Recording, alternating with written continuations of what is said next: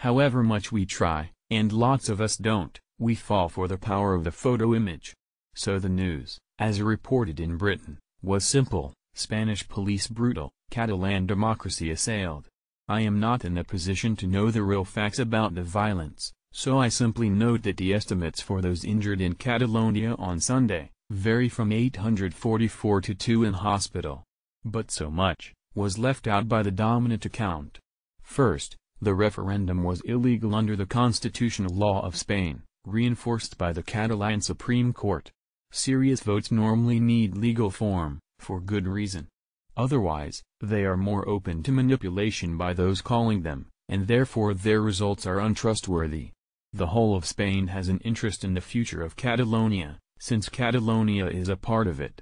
The whole of Spain gave no permission for this referendum.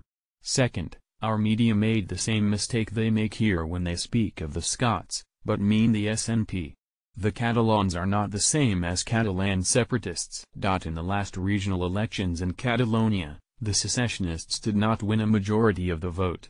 In their stunt of a referendum, even by their own count, they got less than 30% of the vote of those eligible, which suggests that although a lot of Catalans want independence, a lot more don't.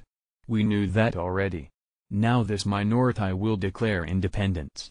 At the time of writing, no foreign power has supported the separatists' theatrics, except for Jeremy Corbyn's friend Nicolas Maduro of Venezuela. I have seen Spain's behavior contrasted unfavorably with David Cameron's generous approach to the Scottish referendum. It sounds rather British to be relaxed about people having referendums if they want them, but in fact it is something which needs thinking through. In the Scottish case, Mr. Cameron was insouciant about the wording of the question, much too favourable to the SNP, and about the ramifications of a yes on all UK citizens affected by the result, yet unable, because not resident in Scotland, to affect it. Even his Brexit referendum, though rendered necessary by previous broken promises, was launched almost frivolously, without proper rules or a plan of what to do if the vote went against him. By the simple expedients of being cheerful and attacking Jeremy Corbyn, Boris Johnson scored a deserved hit at the Tory conference on Tuesday. It is right not to be shy about questioning Mr. Corbyn's record. But while it is true that Mr. Corbyn has never wavered, over 40 years, in his extreme socialist views, it is also worth noting that he has recently changed his tone a lot. It reminds me of how Ian Paisley, without ever recanting his anti-popery, dropped his noisy and lurid 1970s expressions of it, and adopted a more modern political voice.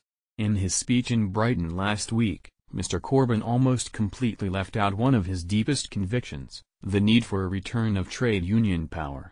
Those who know his mind will find traces of this belief if they look hard, but the public in general and the young in particular will have heard only about more public spending, the renationalization of utilities and railways, and higher taxes on the rich. The hard left is always obsessed with hard power, and the unions are their essential tool for capturing the economy.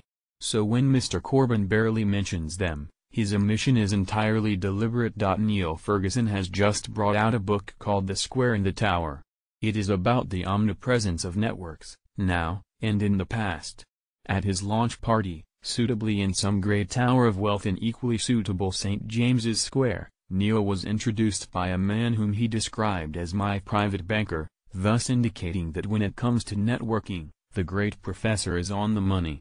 Civilization has surely reached its apex when historians have private bankers.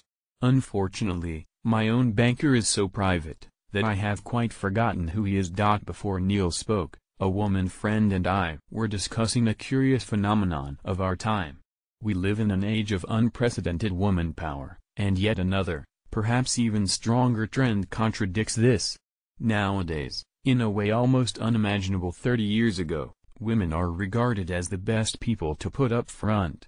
It is almost always better for an organization's public face to be a woman. It inspires more interest and more trust. The counter-trend, however, is that the inner workings of almost everything to do with computers, the internet, Silicon Valleys, Glens, and roundabouts, are overwhelmingly dominated by men. Emotional literacy is highly prized in public culture, and mostly associated with women. But the high-techies, who can make, and loose, the world's money, and whose spider-like skills weave the World Wide Web, are mostly male, and often the least emotionally literate members of my sex at that. Who's winning? If you cross the roads around Trafalgar Square, the pedestrian lights no longer show red or green men. Currently,